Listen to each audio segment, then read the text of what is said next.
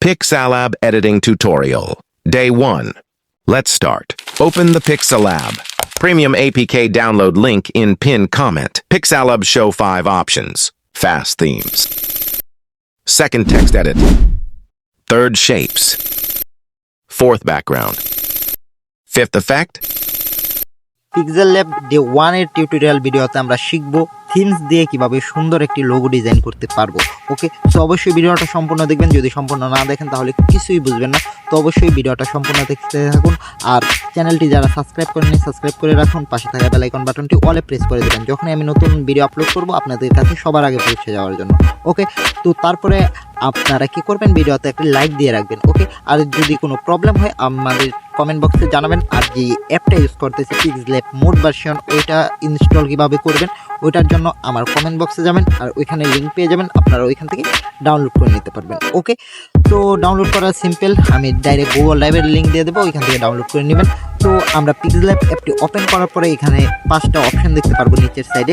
তো প্রথমটা হচ্ছে থিমস, টেক্সট, শেপ এবং ওভারলাই বা ব্যাকগ্রাউন্ড। তারপরে লাস্টেরটা হচ্ছে ইফেক্ট অপশন।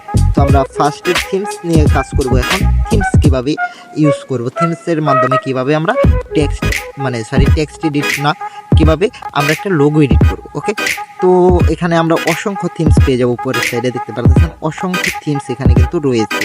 তো এখানে আমি অনেকগুলো থিমস অ্যাড করে দিয়েছি।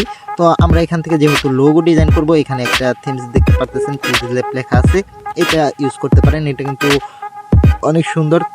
তো তারপরে এখানে আমরা দেখেন এগুলা কিন্তু আমি ক্লিক করতেছি কিন্তু এগুলা জায়গা থেকে সরতেছে না। ঠিক আছে, তো এটার জন্য আমরা কি করব, উপরে দেখেন একটি অপশন আছে, ওইখানে ক্লিক করব এবং এগুলা লক থেকে আনলক করে দেব। ওকে, তো এখন আমরা এখান থেকে কি করতে পারি, দেখেন পিছনের যেটা আছে ওইটাতে ক্লিক করব। এটার মধ্যে ডাবল ক্লিক করার পরে এখানে কি লেখা আছে, এখানে আপনার নামের প্রথম অক্ষর বা আপনার চ্যানেল নামের প্রথম অক্ষর দিয়ে দেব। যেমন আমার নামের প্রথম অক্ষর এম, তো আমি এম দিয়ে দিচ্ছি এবং এটাকে দেখেন ভালো করে বইতেছে না।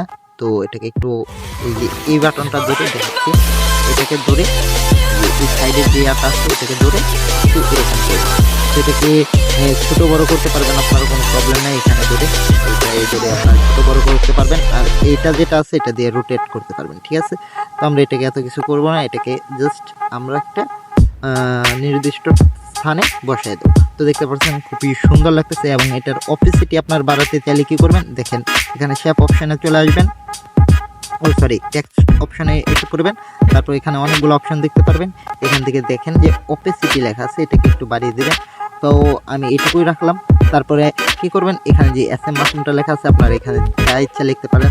তো আমি লিখছি মাসুম লিখে দিচ্ছি। তো এটাকে একটা জায়গায় মাসুম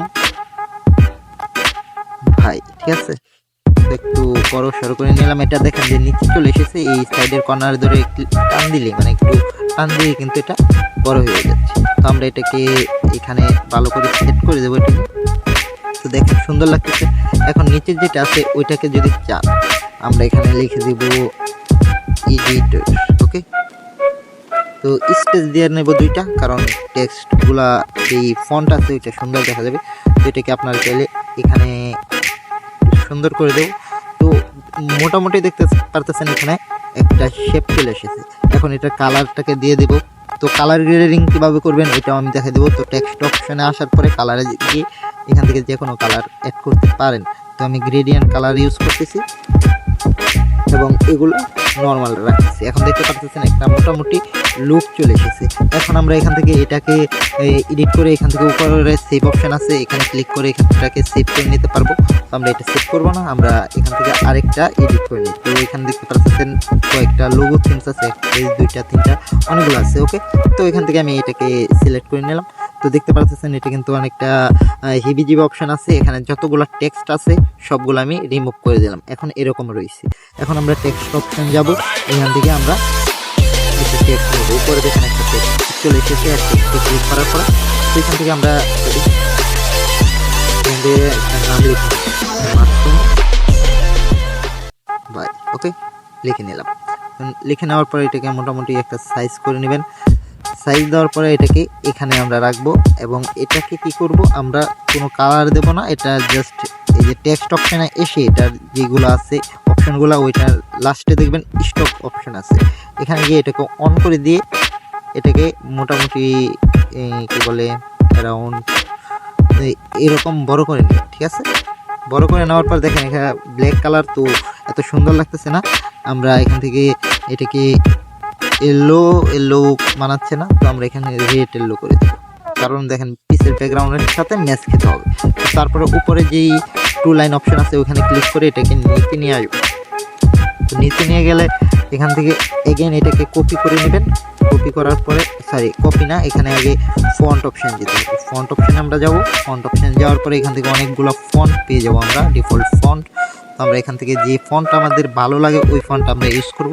তো এখান থেকে আমি একটা ফন্ট সিলেক্ট করে নিই। তো এই ফন্টটা আমি সিলেক্ট করে নিলাম। তো এটাকে অ্যাডজাস্ট করে নেব। অ্যাডজাস্ট করে নেওয়ার পরে এটাকে কপি করব। কপি করার পরে এটাকে এগেন এটার উপরে আনবো এবং এখান থেকে স্টকটাকে আমরা অফ করে দেবো, যে অপশনটা আমরা অ্যাড করেছিলাম। তো এখানে চলে এলাম এবং এটাকে সেম আমি যেরকমভাবে করছি ওই রকমভাবে করবেন। এবং এখান থেকে শ্যাডো দেখতে পাচ্ছেন, শ্যাডো থেকেই একটা শ্যাডো নিয়ে নেব। তারপরে এখান থেকে দেখেন এটার একটা মোটামুটি লুক চলে এসেছে। এখন এখানে একটা কালার দিলে কিন্তু সুন্দর লাগবে। আমি এখান থেকে গিয়ে একটা কালার দিয়ে দিচ্ছি। তো দেখেন পিছনটা কিন্তু দেখা যাচ্ছে, এটাকে একটু ভালো করে অ্যাডজাস্টমেন্ট করে নিলাম। এখন কিন্তু পিছনে যেটা ছিল ওইটা দেখা যাচ্ছে না। তো এখন আমাদের কি করতে হবে, এখন আমাদেরকে এখানে একটি স্টক অ্যাড করতে হবে। তো স্টক এখানে অপশন যাব, এখান থেকে আমরা স্টক নিয়ে নেব। তো স্টকের কালারটা দেবো আমরা ব্ল্যাক কালার। ব্ল্যাক কালার হালকা স্টকটা হালকা বাড়াবেন এবং এখান থেকে কালার অপশন চলে যাবেন। কালার অপশন গিয়ে কালারের যেটা আছে এখানে গিয়ে প্লাস এখন দেখতে পাচ্ছেন, এখানে গিয়ে এই যে নিচের যেটা আছে এটাকে একদম লো করে দেবেন। লো করে দেওয়ার পরে দেখবেন শুধু এটার যেই কালোটা থাকবে ওইটাই থাকবে। তো এটাকে আমরা এখানে অ্যাড করে দেব। তো অ্যাড করে দেওয়ার পরে দেখতে পাচ্ছেন মোটামুটি একটা ভালো লুক চলে এসেছে। এখন আমরা নিচে আরেকটা অপশন অ্যাড করতে চাইলে করতে পারি।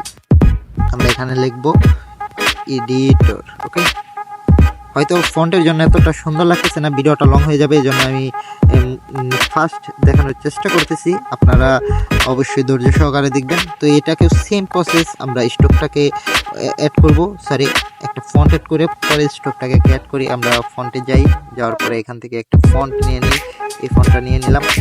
তো এখান থেকে এখন স্টকটাকে অ্যারাউন্ড আবার ওই রকম বড় করে নেব যতটা পারি। বড় করে নিলাম এবং স্টকের কালারটা আমরা এখান থেকে সেট করব। স্টকের কালারের অপশন যাব এবং এখান থেকে অপশনটা নিয়ে এই কালারটা আমি সিলেক্ট করে এখানে অ্যাড করে দেব। অ্যাড করে দেওয়ার পরে আপনাদেরকে সিম্পলি কী করতে হবে, এটাকে একদম নিচে নিয়ে যাওয়ার জন্য এগেন উপরে ওই অপশানে ক্লিক করে এই উপরেরটাকে একদম নিচে নিয়ে আসবে। ওকে, নিচে চলে গেছে দেখতে পাচ্ছেন। এখন এটাকে এগেন কপি করবেন এবং এখানে এগেন একটা কালার অ্যাড করবেন।